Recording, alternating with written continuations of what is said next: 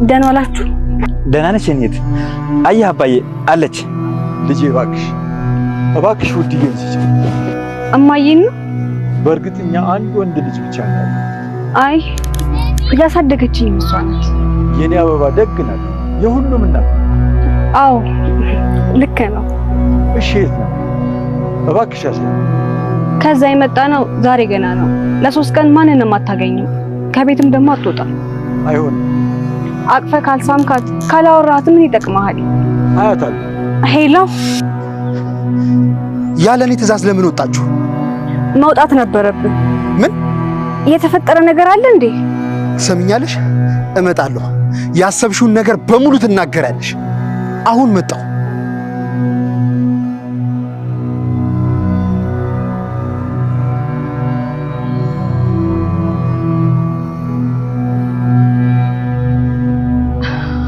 አባባ እባክዎትን አሁን ከዚህ ሄዳለሁ።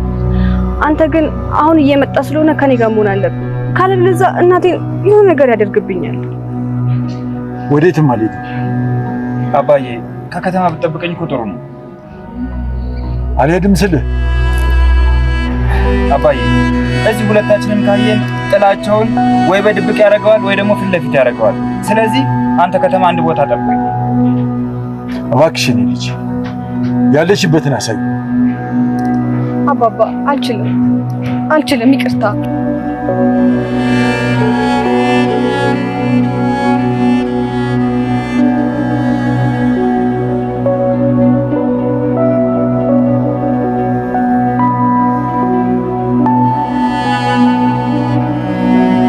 አባዬ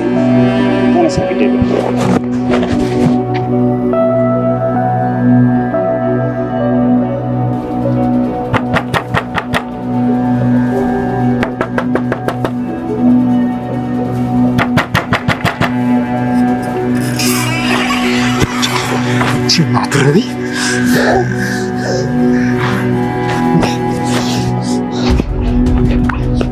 ምን ለማድረግ እየሞከርሽ ነው? አሁን ላይ የናቲ መጨረሻ የተቃረበ ይመስላል ማለት ነው። ናቲ ዛጋ እድልን አንቆ ሲያስጨንቃት ተመስገን ደግሞ ከኋላ መጥቷልና ተመስገን በቀጣይነት ምንድነው የሚያደርገው የሚለውን ነገር ስናይ ከዚህም በፊት ሲያደርግ እንደነበረው ከናቲ ጋር መደባደብ ወይ ደግሞ ናቲን መደብደብ ነው ማለት ነው። ናቲ ደግሞ ተመስገንን እዛ እንዳየ ነገሮች ሁሉ እንደታወቁበት እድልንና አሳዳጊ እናቷንም ከጸበል ቦታ ወደ ቤታቸው እንዲመለሱ ያደረገው ተመስገን እንደሆነ ናቲ ይገነዘባል ማለት ነው። ምናልባት እሱ ሊያቅ የማይችለው አባዬም እውነቱን አውቋል የሚለውን ነገር ሊደርስበት አይችልም ማለት ነው። ግን ደግሞ ከዚህም በኋላ የናቲ መጨረሻ እንደተቃረበ ተገንዝበናል ማለት ነው።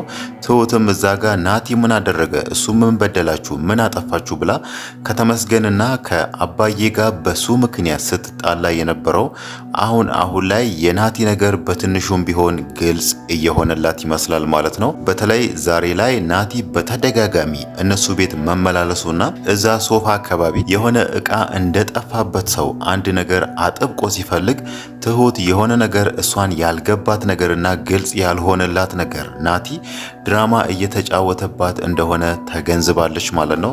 ለዛም ነው ከዚህም በኋላ ነገሮችን ቀስ እያልኩ አጤናለሁ፣ ከዚህም በኋላ እኔን ለማወቅ ሁሉም ሰው ይቸገራል የሚለውን ነገር ስታነሳ የነበረው ማለት ነው። ግን ደግሞ አሁን ላይ እድል እዛ ጋር ተመስገን እሷ ላይ ተደርቦ ናቲን ከደበደቡ ወይ ደግሞ ናቲ ከተመስገን ስር አምልጦ ከሮጠ ምናልባት ተመስገን እሷን እዛው ትቷት አይሄድም። እኔ እሷን እዚህ ትቼ ከሄድኩኝ ናቲ ደግሞ ተመልሶ አሁንም ይደበድባታል ወይ ደግሞ የሆነ ጥቃት ያደርስባታል የሚለው ነገር ስለሚያሳስበው ቀጣይ ላይ የሚሆነው እድልና አሳዳጊ እናቷን የአባዬን ሚስት ወደ ከተማ መውሰድ ነው የሚሆነው ማለት ነው። በእርግጥ እድል ራሱ አሁን ላይ የፈራች ይመስላል። የፈራችሁ ደግሞ ናቲ የሆነ ነገር ያደርገኛል ብላ ሳይሆን ከ4 ዓመቷ ጀምራ ያሳደገቻት እናቷ የአባዬ ሚስት ማለት ነው ከአባዬ ጋር ከተገናኘች እሷን ይወስዱብኛል፣ እኔ እዚህ ብቻዬን እቀራለሁ የሚለው ነገር ትንሽ ያስፈራት ይመስላል ማለት ነው። ለዛም ነው ቶሎ ብላ የአባዬ ሚስት የት እንዳለች ልትናገር ያልቻለችው እንጂ ከጸበል ቦታ እንደተመለሱ ራሱ እሷ ያለችበትን ቦታ መናገር ወይ ደግሞ ከአባዬ ጋር ማገናኘት ትችላለች። ናቲ ከጸበል ቦታ እነሱ ቤት እስከሚደርስ ድረስ ማለት ነው። እሷ ደግሞ አሁን ላይ እያለቻቸው ያለችው ለ3 ቀን ከጸበል ስትመለስ ለ3 ቀን ሰውን አታገኝም ማለቷ ምን ያህል እንደፈራች ወይ ደግሞ እንደሰጋች ነው የሚያሳየው ማለት ነው። ቢሆንም ግን በመጨረሻም የናቲ እሷ ላይ ጥቃት ማድረስ ወይ ደግሞ አንገቷን አንቆ እንደዛ እሷን ማስጨነቅ ተመስገን እሷንም የአባዬን ሚስት ወደ ከተማ ይዟቸው እንዲሄድ ያደርጋል ማለት ነው።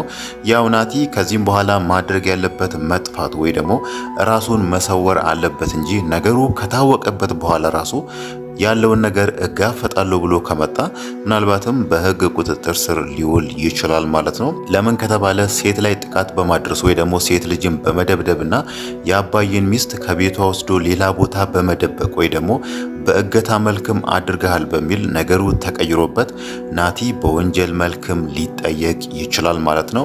ያው እሱ ከዚህም በኋላ ማድረግ ያለበት እንደ አለሜ ሌላ ቦታ ጠፍቶ ወይ ደግሞ ከአለሜ ጋር ሌላ ቦታ መኖር አለበት ማለት ነው። አለሜ አሁንም ድምጿን ደብቃ ለልጇ ለናቲ እንዲጠነቀቅና ያለውን ነገር እንዲያደርግ ነው እያበረታታችሁ ያለችው ማለት ነው። በተለይ ናቲ ዛጋ አባዬ ሚስቱን ለማግኘት ምን ያህል እንደጓጓ እያሾፈበት እየተሳለቀበት ሽማግሌው እንደዚህ ሆኗል እንደዚህ ተንሰፍስፏል እያለ ሲነግራት እሷም እየሳቀች ይመስላል ከናቲ ጋር ስታወራው ማለት ነው። ያ ማለት ለአባዬ ያላቸውን ንቀት ነው የሚያሳየው ማለት ነው ሁለቱም። በተለይ አለሜ ያ ሁሉ ነገር ተደርጎላት ከዛ ሁሉ ስቃይ እሱና ትሁት ከገዛኸኝ ጋር ያንን ሁሉ መከራ ተጋፍጦ እሷ ጤናዋ እንዲመለስና እንድታገግም ወደ ቀድሞ ማንነቷ እንድትመለስ ብዙ ነገር አድርጎላት እሷ አሁን ላይ የነሱን ውለታ በዚህ መልክ መመለስ አልነበረባትም ማለት ነው። እሷ ደግሞ አሁን ላይ ናቲ ከተመስገን ጋር እልህ ስለተጋባ ብቻ ተመስገንን እንዲያሸንፉ ወይ ደግሞ ከተመስገን በላይ ሆኖ እንዲታይ እሱ ያሰበውን ነገር እንዲያሳካ ስትደግፈው ኖራለች ማለት ነው። ግን ደግሞ ናቲ ከዚህም በኋላ አሁን ካለው በኋላ እራመዳለሁ ሌላ ነገር አደርጋለሁ ብሎ የሚያስብ ከሆነ ምናልባትም እሱም እንደ አባቱ እስር ቤት ይገባል ማለት ነው። ግን ደግሞ አሁን ላይ እሱ በትሁት ተስፋ ስላቆረጠ ወይ ደግሞ ትሁት እኔ የማደርገውን ነገር አላወቀችብኝም አልጠረጠረችኝም የሚለው ነገር ተስፋ ስለሚሰጠው ወደ ቤት መምጣቱ አይቀርም ማለት ነው። እናም ደግሞ እዛ ጋር ከተመስገን ጋር የተፈጠረውን ነገር ራሱ ሽምጥጥ አድርጎ ሊክድ ይችላል። ተመስገን እንደዚህ ያደረገኝ እኔ የአባዬን ሚስት ፍለጋ እቤቷ ሲሄድ እሱ ደግሞ እኔ እንደበደበኝ የሚለውን ነገር ከዚህም በፊት የለመደውን ነገር መናገሩ አይቀርም ማለት ነው። ችግሩ ግን ትሁት ከዚህም በኋላ እሱን የምታምን ሰው አይደለችም ማለት ነው። አሁን ላይ ያለው ነገር እንዳለ በትንሹም ቢሆን ግልጽ እየሆነላት ይመስላል ማለት ነው። ሌላው ነገር ደግሞ የትሁትና የተመስገን ነገር ነው። ተመስገን ከዚህም በፊት ሲያደርጋቸው የነበረው ነገር ትሁት እንድትበሳጭ ወይ ደግሞ አውቆ እሷ ላይ ለመጀነን እሷ ላይ ለሞክራት መስሎ ነበር። ግን ደግሞ አሁን ላይ እሱ የምሩን ነው ትሁትን እንደተዋት ለአባዬ ሲናገር የነበረው ማለት ነው። ትሁት የፈለገችውን ነገር ማድረግ እንደምትችል ናቲንም ማግባት የምትፈልግ ከሆነ እሱን ማግባት እንደምትችል ነግሮ አሁን ላይ ስለሷ ያለውን ነገር አቁሞ አባዬ ከሚስቱ ጋር ከተገናኘ በኋላ እሱም የራሱን ሕይወት በራሱ መንገድ ለመኖር ያሰበ ይመስላል ማለት ነው። ይሄ ነገር ደግሞ ትሁትን ቅር እያላት ነው። በተለይ ተመስገን ዛሬ መጥቶ በር ላይ ደርሶ ለኔ ደውሎልኝ እኔ ቤት እንዳሌለው ሲያቅ ተመለሰ የሚለውን ነገር አባዬ ይሄንን ነገር ለትሁት ሲነግራት ምን ያህል ቅር እንደተሰኘችና በጠዋት መጥቶ እሷ ያፈላችውን ቡና አልጠጣም ብሎ መሄዱ ራሱ ከዚህም በፊት የነበረው የተመስገን ማንነትና አሁን የነበረው የተመስገን ማንነት ትሁትን ግራ ገብቷታል ማለት ነው። እሷም አሁን ላይ ተመስገን ሙሉ ለሙሉ እንደተዋት ወይ ደግሞ በሷ ተስፋ እንደቆረጠ ተገንዝባለች። በእርግጥ ከዚህም በፊት እያስመሰለ ነው፣ ውሸቱን ነው፣ እኔን የተውከኝ ከሆነ ከኔም በዙሪያዬ ካሉ ሰዎችም ራቅ ስትለው ነበር። አሁን ደግሞ የተመስገንን አኳኋን ስታይ ምን ያህል በሷ ተስፋ እንደቆረጠ ስለምትገነዘበው ምናልባትም አይታወቅም አባዬ እዛ ጋር ለተመስገን በጠቀሰው መሰረት ትሁት በራሷ ተመስገንን ይቅርታ ጠይቀው አብራው ልትሆን ትችላለች ማለት ነው። ተመስገን ደግሞ አሁን ምንም እንኳን በሷ ተስፋ ቢቆርጥም ምንም እንኳን እሷን ለመተው ቢወስንም ግን ደግሞ ይወዳታል። ይቅርታ አድርጎላት ከሷ ጋር ተጋብቶ አብሮ እንደሚኖሩ ተስፋ አለ ማለት ነው። ግን ደግሞ ተመስገን በዚሁ ተስፋ እንደቆረጠ ወደ ሀገሩ የሚሄድ ከሆነ ትሁት እንደምትጎዳም እንገምታለን ማለት ነው። ሌላው ነገር ደግሞ ናቲ ከዚህም በፊት ተመስገን ከመምጣቱ በፊት ትሁት የሱ አባት ቤት ወይ ደግሞ የገዛኸኝ ቤት ትሰራ በነበረበት ሰዓት እሷን ምን ያህል እንደሚያፈቅራት ነበር ሲናገር የነበረው። ዛሬ ደግሞ ይባስ ብሎ እሷን ለመስደብም እየቃጣው ነበር ማለት ነው።